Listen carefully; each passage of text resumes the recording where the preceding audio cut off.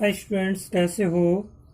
तो 2 दिन में आपकी क्लास नहीं ले पाया क्योंकि कुछ परेशानी थी। इस वजह से स्टूडेंट्स चलो धैर्य रखें, स्टडी कराते हैं। स्टूडेंट्स देखेंगे हमें अपना भाग खुद बदलना है। चलो मैं ज़्यादा लेक्चर नहीं दे रहा हूँ क्योंकि फिर स्टूडेंट्स से बोलते हैं कि बहुत लेक्चर देते हैं। मोटिवेशन करने का मेरा काम है कि जो काम है मैं आपको मोटिवेट करता हूँ कि बस पढ़ें पढ़ें पढ़ें। शिक्षा ही वो चीज़ है जिससे आप सामने वाले को झुका सकते हैं। क्लियर। देखिए स्टूडेंट्स, तो आज हम अपने YouTube channel RK clear RK 0ZERO02U super hero RK 002U super hero channel पर आज मैं आप सबका स्वागत करता हूं। स्टूडेंट्स, बात आज मैं करूंगा स्टूडेंट्स आपके लिए कुछ हिस्ट्री से, HISTORY और हिस्ट्री की बात करें स्टूडेंट्स इतिहास की, तो इसमें आज मैं आपको पढ़ाऊंगा Indus INDUS Indus valley VALLEY Indus valley civilisation CIVILLIZATION Indus valley civilisation. यानी कि बात करें तो सिंधु क्लियर सिंधु घाटी सभ्यता सिंधु घाटी सभ्यता की आज हम बात करेंगे। क्लियर। बात करेंगे स्टूडेंट्स, किसकी बात कर रहे हैं? सिंधु घाटी की। तो सिंधु घाटी की बात करें स्टूडेंट्स, सिंधु घाटी सभ्यता स्टूडेंट्स, सिंधु घाटी सभ्यता की बात करें स्टूडेंट्स, तो यह सभ्यता किससे निर्मित हुई थी? यह सभ्यता सिंधु और उसकी सहायक नदियों के किनारे विकसित हुई। इसका पॉइंट लिखेंगे, यह सभ्यता सिंधु क्लियर सिंधु नदी एवं उसकी सहायक नदियों के किनारे विकसित हुई। क्लियर। नदियों के किनारे विकसित हुई। क्लियर। विकसित हुई। यहाँ तक कोई परेशानी नहीं होनी चाहिए। बात करें आगे स्टूडेंट्स नंबर 1। नंबर 2 बात करें स्टूडेंट्स इसकी, तो इस सभ्यता के बारे में देखेंगे स्टूडेंट्स। मैं आपको बताता हूं कि इस सभ्यता की और क्या क्या खासियत थी। यह नगरीय सभ्यता थी। कैसी थी? यह नगरीय सभ्यता थी। क्लियर सभ्यता थी। यह स्टूडेंट्स नगरीय सभ्यता थी। That is clear. बात करें स्टूडेंट्स इस सभ्यता के प्रमुख केंद्र, इस सभ्यता के प्रमुख केंद्र इस सभ्यता के प्रमुख केंद्र कौन से थे स्टूडेंट्स? हड़प्पा और मोहनजोदड़ो। हड़प्पा एवं मोहनजोदड़ो। क्लियर। हड़प्पा एवं मोहनजोदड़ो थे। That is clear. यहां तक कोई परेशानी नहीं होनी चाहिए। बात करें स्टूडेंट्स तो अगले पॉइंट की, तो स्टूडेंट बात करेंगे इस सभ्यता का। क्लियर। लोथल इस सभ्यता का प्रमुख बंदरगाह था। लोथल इस सभ्यता का प्रमुख क्या था? बंदरगाह था। यहां तक कोई परेशानी नहीं होनी चाहिए।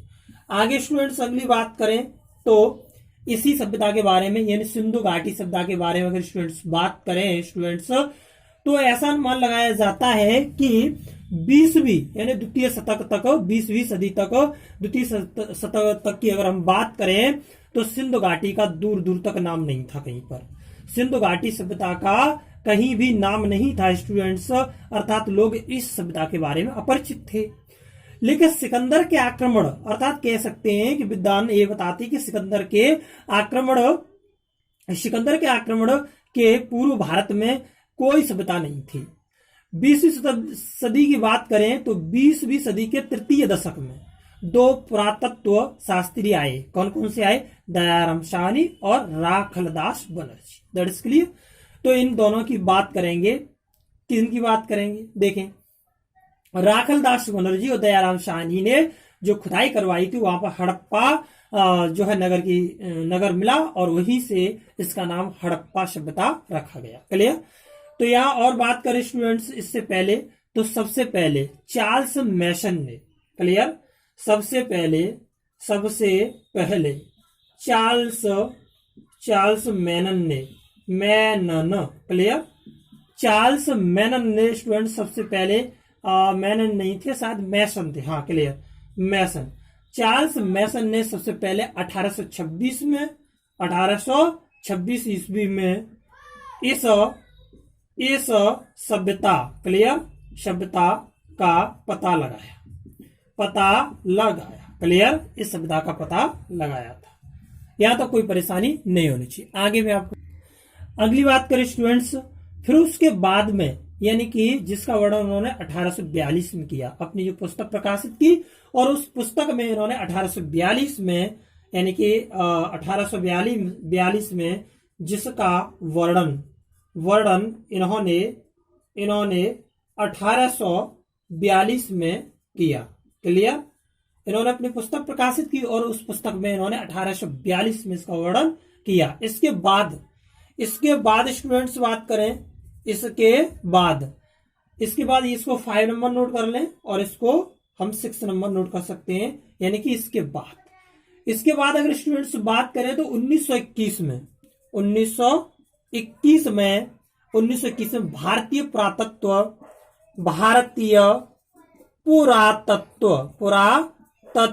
क्लियर, भारतीय पुरातत्वविद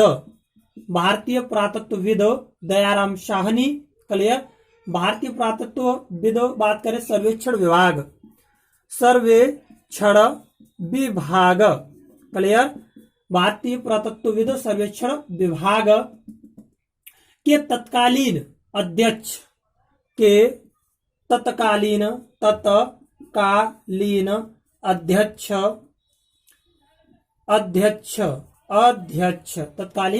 अध्यक्ष कौन थे? जिन्होंने इसको मतलब खुदाई के लिए और जो आदेश दिए थे वो थे सर जॉन मार्शल। अध्यक्ष sir John Marshall, clear, sir John Marshall के आदेश पर that is clear. Dayaram Sahni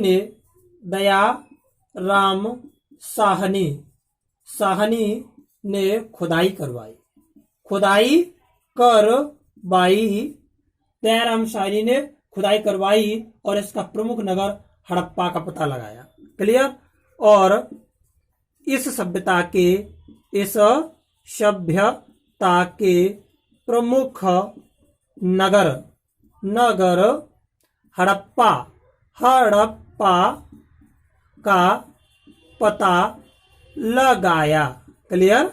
यहां तक कोई परेशानी नहीं होनी चाहिए। That is clear. तो यहां तक आपको कोई परेशानी नहीं होनी चाहिए। सिंधु घाटी सभ्यता, यह सभ्यता सिंधु नदी एवं उसकी सहायक नदियों के किनारे स्टूडेंट्स विकसित हुई। क्लियर। यह नगरीय सभ्यता थी। कैसी सभ्यता थी? नगरीय सभ्यता थी। क्लियर। इस सभ्यता के प्रमुख केंद्र हड़प्पा एवं मोहनजोदड़ो नामक नगर थे। क्लियर। आगे स्टूडेंट्स बात करें, लोथल इस सभ्यता का प्रमुख बंदरगाह था। That is clear. लोथल इस सभ्यता का प्रमुख बंदरगाह था। सबसे पहले चार्ल्स मैसन ने 1826 में सभ्यता का पता लगाया, लेकिन इसका वर्णन उन्होंने 1842 में किया। इसके बाद 1921 में भारतीय पुरातत्वविद सर्वेक्षण विभाग के तत्कालीन अध्यक्ष सर जॉन मार्शल के आदेश पर दयाराम साहनी ने खुदाई करवाई और इस सभ्यता के प्रमुख नगर हड़प्पा का पता लगाया। यहां तक आपको कोई तकलीफ नहीं होनी चाहिए। क्लियर। आगे स्टूडेंट्स बात करते हैं, तो मैं इसको साफ कर रहा हूं। अगली बात करें सिंधु घाटी सभ्यता के बारे में, तो स्टूडेंट्स देखें नोट करेंगे सिंधु घाटी। क्लियर। सिंधु घाटी सभ्यता सिंधु घाटी सभ्यता का भौगोलिक, भौगोलिक विस्तार, विस्तार इसकी अगर बात करें स्टूडेंट्स, भौगोलिक विस्तार की, तो स्टूडेंट्स इसका जो विस्तार था वो किस तरह से था, मैं आपको बता दूं कि सैंधव सभ्यता, इसको सैंधव सभ्यता भी बोला जाता है, सैंधव सभ्यता, सभ्यता, क्लियर। सैंधव सभ्यता की स्टूडेंट्स बात करें तो देखेंगे यहां पर ये था दैमाद, दैमावाद, दैमावाद, ये कहां था स्टूडेंट्स, ये था महाराष्ट्र, महाराष्ट्र, क्लियर। और दक्षिणी सीमा, दक्षिणी सीमा, यहां तक कोई परेशानी नहीं, क्लियर। ये दैमाद जो है वो कहां पड़ता है आपका, दक्षिणी महाराष्ट्र में, दक्षिणी सीमा पर इसका विस्तार था। आगे स्टूडेंट्स इधर बात करें तो इधर आलमगीरपुर, आलमगीरपुर, आलमगीरपुर, और ये उत्तर प्रदेश की पूर्वी सीमा पर पड़ता है, उत्तर प्रदेश की पूर्वी सीमा, पूर्वी सीमा, क्लियर, पूर्वी सीमा पर है, यहां तक कोई परेशानी नहीं होनी चाहिए, दैट्स क्लियर। और इधर की बात करें स्टूडेंट्स तो पश्चिम में, तो पश्चिम में एक स्थान था सुतका-गेडोर, क्लियर, गेडोर, सुतका-गेडोर। यह जो स्टूडेंट्स है, ये जो विस्तार है, एक ये केंद्र था, एक आलमगीरपुर था जो उत्तर प्रदेश की पूर्वी सीमा पर है, और सुतका-गेडोर की बात करें स्टूडेंट्स तो ये बलूचिस्तान, बलूचिस्तान, चिस्तान में पड़ता है, और यहीं पर स्टूडेंट्स ये क्या है, पश्चिमी सीमा, पश्चिमी सीमा, क्लियर, पश्चिमी सीमा पर इसका प्रमुख केंद्र था। और एक है जो आपका पड़ता है जम्मू कश्मीर उत्तरी सीमा में, वो है मांडा, क्या है, मांडा, मांडा। और ये जो मांडा है स्टूडेंट्स वो आपका जम्मू कश्मीर, जम्मू कश्मीर, और कहां है ये, उत्तरी सीमा, उत्तरी सीमा, यहां तक इसका जो है विस्तार था। अभी तो सैंधव सभ्यता का विस्तार कहां से कहां तक, आलमगीरपुर उत्तर प्रदेश की पूर्वी सीमा तक, इधर आए तो दैमादवाद महाराष्ट्र दक्षिणी सीमा तक है, और सुतका-गेडोर जो केंद्र है वो बलूचिस्तान पश्चिमी सीमा तक है, और मांडा तक जो फैला है जम्मू कश्मीर उत्तरी सीमा। ये इसके जो है प्रमुख विस्तार है, सिंधु घाटी सभ्यता का भौगोलिक विस्तार। यहां तक आपको कोई भी परेशानी नहीं होनी चाहिए, क्लियर। तो चाहे तो इसका स्क्रीनशॉट ले ले, मैं आगे आपको फिर समझाता हूं, देखेंगे जल्दी से स्टूडेंट्स।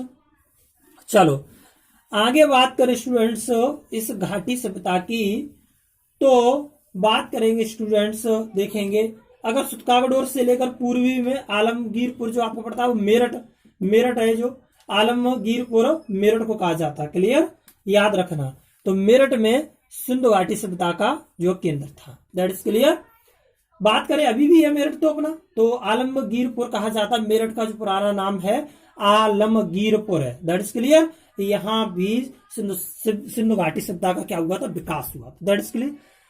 अब स्टूडेंट्स बात करें, मैंने तुम्हें बता दिया है कि रेडियो कार्बन जो है, रेडियो कार्बन 14 जैसी नवीन विश्लेषण पद्धति के द्वारा हड़प्पा सभ्यता का काल निर्धारित किया गया, दैट इज क्लियर। और इसका जो काल है वो आपका 2500 ईसा पूर्व से 1785 ईसा पूर्व माना गया।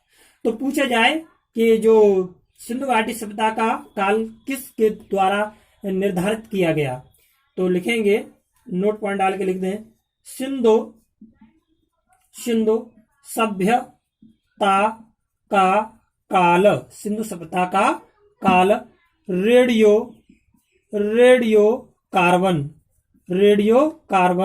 14, क्लियर, से C14 कहते हैं, C14 नामक नवीन, क्लियर, नवीन पद्धति, नवीन विश्लेषण लिख सकते हैं, विश्लेषण पद्धति के द्वारा स्टूडेंट्स के द्वारा हड़प्पा सभ्यता क्रिया का काल 2500 ईसा पूर्व से स्टूडेंट्स, ईसा पूर्व से और 1750 ईसा पूर्व क्लियर क्या किया जाता, माना गया है। यहां तक आपको कोई परेशानी नहीं होगी। That is clear. स्टूडेंट्स, नवीन शोध के अनुसार अगर बात करें तो यह जो सभ्यता है लगभग 8000 साल पुरानी है। क्लियर। यह अगर नवीन शोध के अनुसार बात करें, नवीन शोध के अनुसार यह सभ्यता 8000 क्लियर 8000 साल पुरानी है। पुरानी है। यहां तक कोई परेशानी नहीं। That is clear. बात करें स्टूडेंट्स, इसके कुछ महत्वपूर्ण जो स्रोत भी मिले और सबसे अधिक कंकाल मोहनजोदड़ो से प्राप्त हुए थे। इस वजह से मोहनजोदड़ो को इसका प्रमुख केंद्र माना जाता है स्टूडेंट्स। और यहाँ 4 प्रजातियां निवास करती थी। सिंधु सभ्यता में 4 प्रजातियां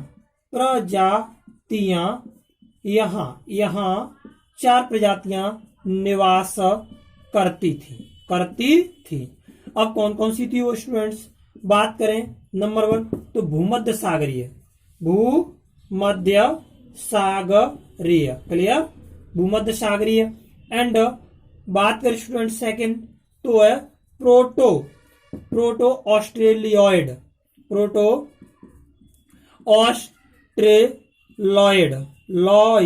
क्लियर। और स्टूडेंट्स अगर अगली बात करें प्रोस्टेलॉइड के अनुसार एंड अल्पाइन क्लियर अल्पाइन। और एक और आती थी वो थी आपकी स्टूडेंट्स है मंगोलॉइड क्लियर मंगोलॉइड। ये 4 जो हैं पहली, दूसरी, तीसरी और चौथी, यहाँ इस सभ्यता में 4 प्रजातियां निवास करती थी। भूमध्य सागरीय, प्रोटो ऑस्ट्रेलॉइड, अल्पाइन और कौन सी मंगोलॉइड। क्लियर। यहां तक कोई परेशानी नहीं हो सकती। That is clear. अगर पूछा जाए कि सबसे ज्यादा कौन सी प्रजाति यहां पर निवास करती थी तो सबसे ज्यादा भूमध्य सागरीय प्रजाति के लोग यहां पर रहते थे। क्लियर। नोट पॉइंट आगे लिख लें। नोट पॉइंट सबसे ज्यादा स्टूडेंट्स सबसे ज्यादा भूमध्य सागरीय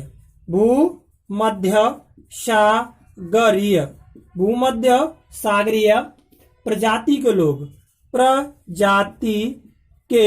लोग यहां निवास करते थे। क्लियर निवास करते थे।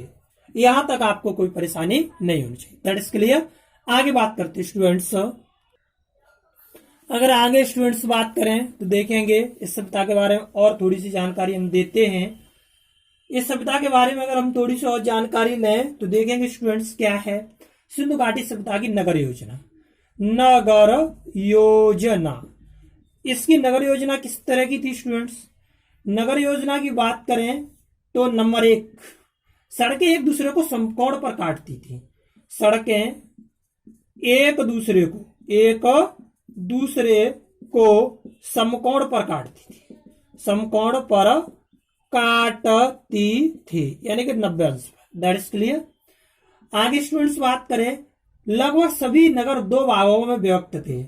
सभी नगर 2 भागों में बटे थे।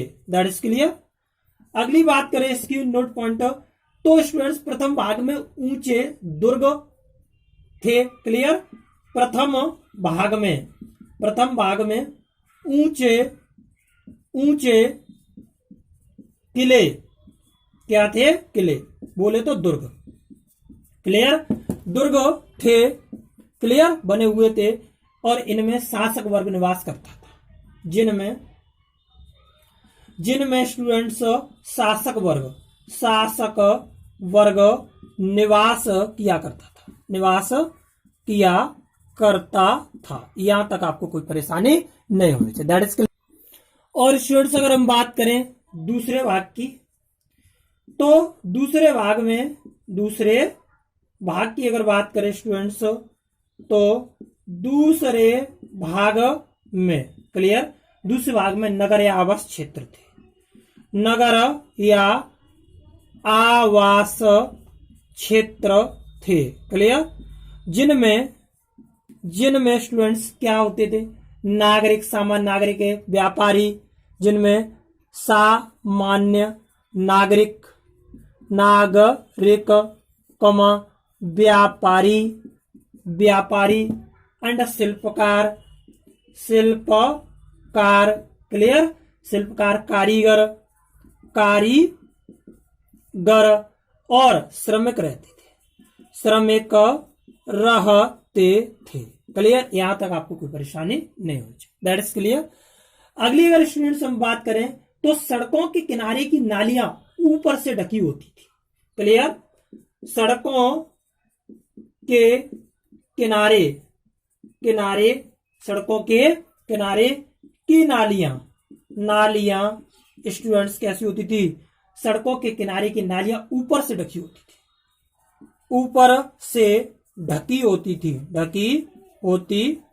यहां तक आपको कोई परेशानी नहीं होनी चाहिए। घरों का गंदा पानी इन्हीं नालियों के द्वारा होता हुआ नगर की मुख्य नाली में गिरता था। क्लियर।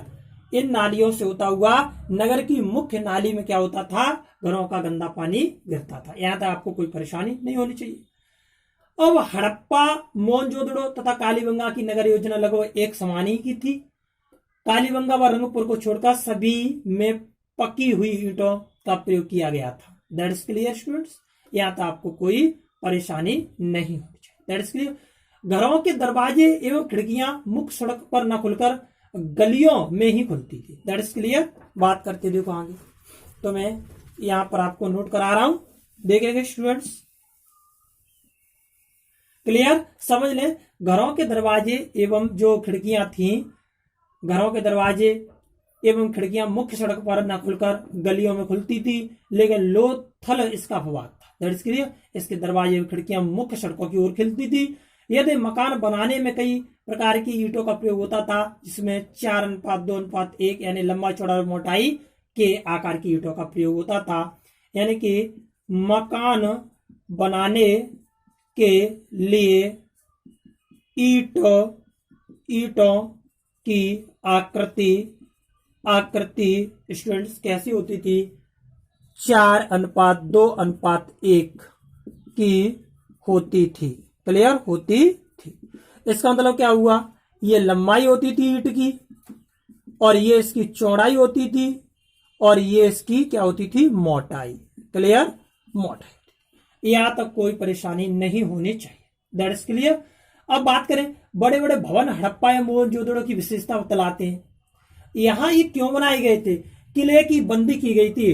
हड़प्पा कालीन नगरों और जो प्राचीन दीवार बनाई गई थी चारों ओर से बहुत ऊंची ऊंची, और किले बनाए गए थे, वो इसलिए से बनाए गए थे स्टूडेंट्स कि चोर, लुटेरे एवं पशु से बचाने के लिए। That is clear. एवं पशु दस्युओं से बचाने के लिए इस तरह के किले बनाए गए थे। यहां तक आपको कोई परेशानी नहीं होनी चाहिए। That is clear. आगे बात करेंगे स्टूडेंट्स सिंधु सभ्यता के प्रमुख स्थल के बारे में। क्लियर। तो यहां से देखेंगे सिंधु सभ्यता के प्रमुख स्थल। सिंधु सभ्यता के प्रमुख स्थल की बात करेंगे। सिंधु सभ्यता के प्रमुख स्थल क्या थे स्टूडेंट्स? नंबर 1 था हड़प्पा। क्लियर। पहला जो स्थल था वो था हमारा हड़प्पा, जिसको मैं अभी बता चुका हूं। तो सर्वप्रथम सिंधु घाटी के अवशेषों की खोज जो की गई थी 1921 में हड़प्पा में की गई थी। That is clear. हड़प्पा की बात करते हैं। हड़प्पा स्टूडेंट्स, हड़प्पा अभी कहाँ है? वर्तमान में रावी नदी के वाय तट पर क्या है students? Pakistan. That is clear. Pakistan ये कहां पर है स्टूडेंट्स? पाकिस्तान के पंजाब प्रांत।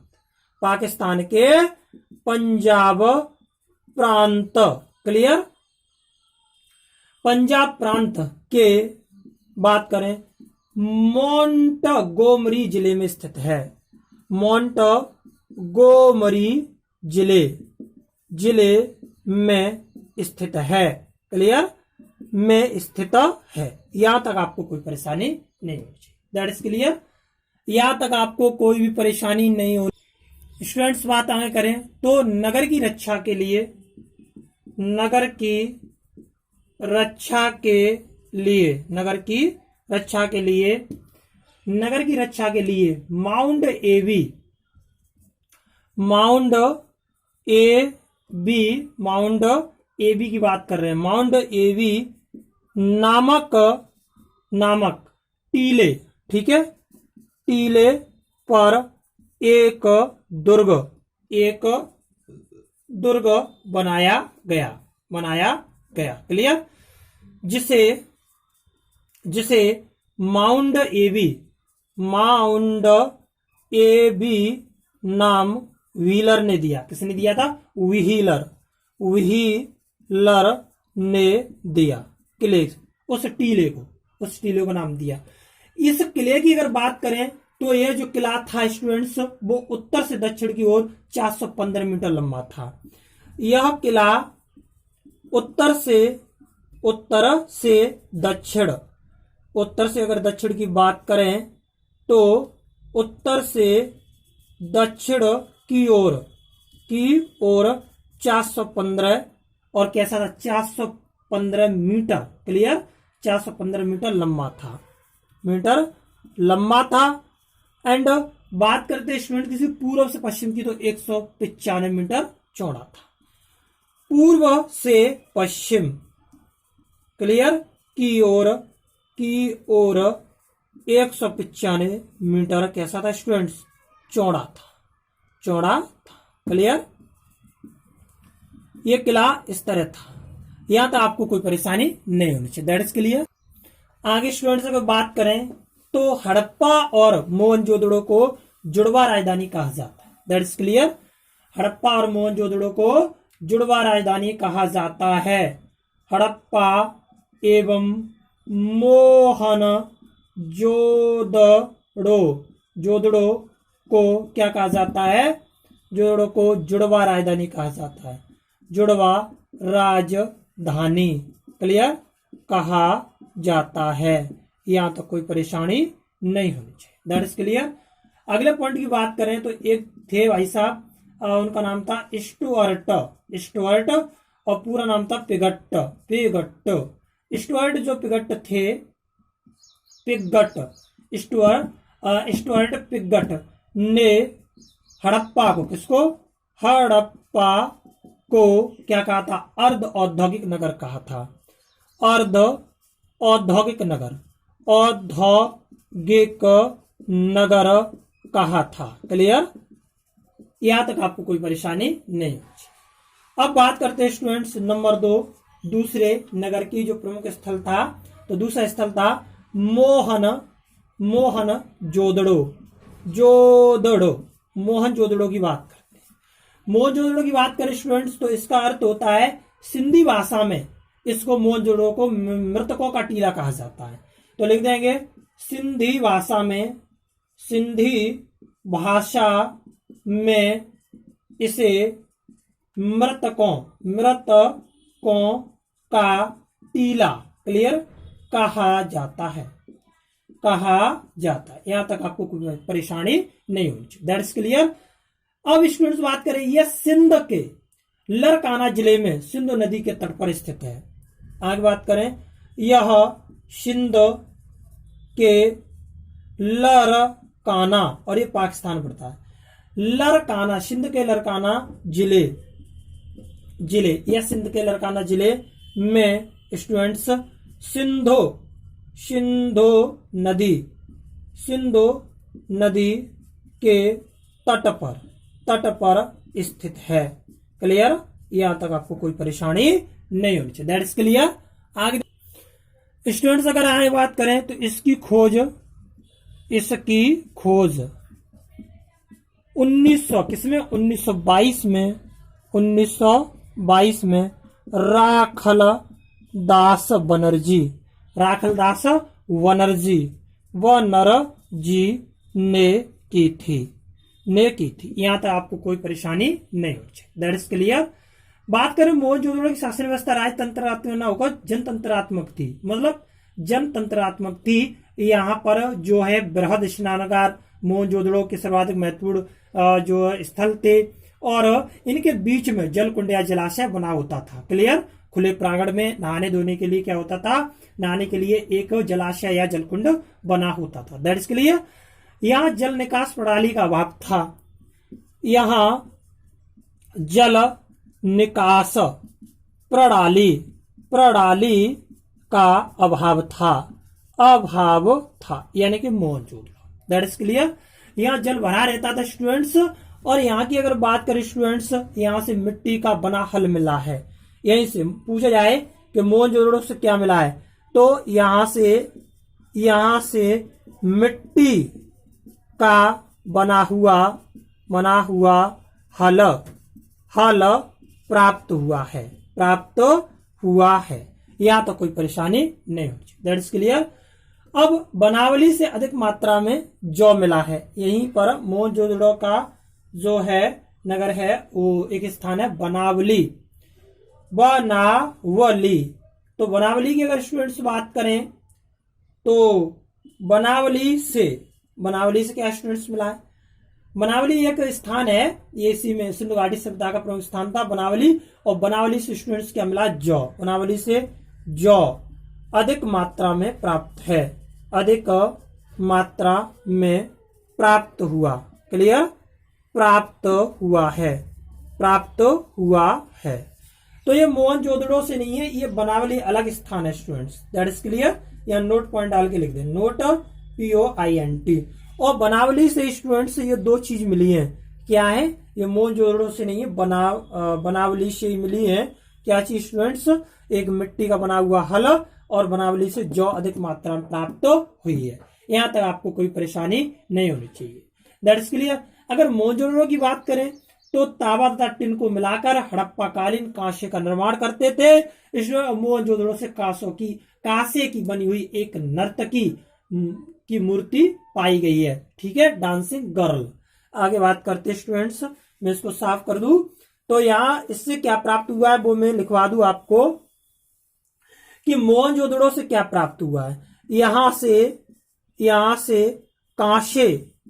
कांसे की बनी एक डांसिंग गर्ल, DANCING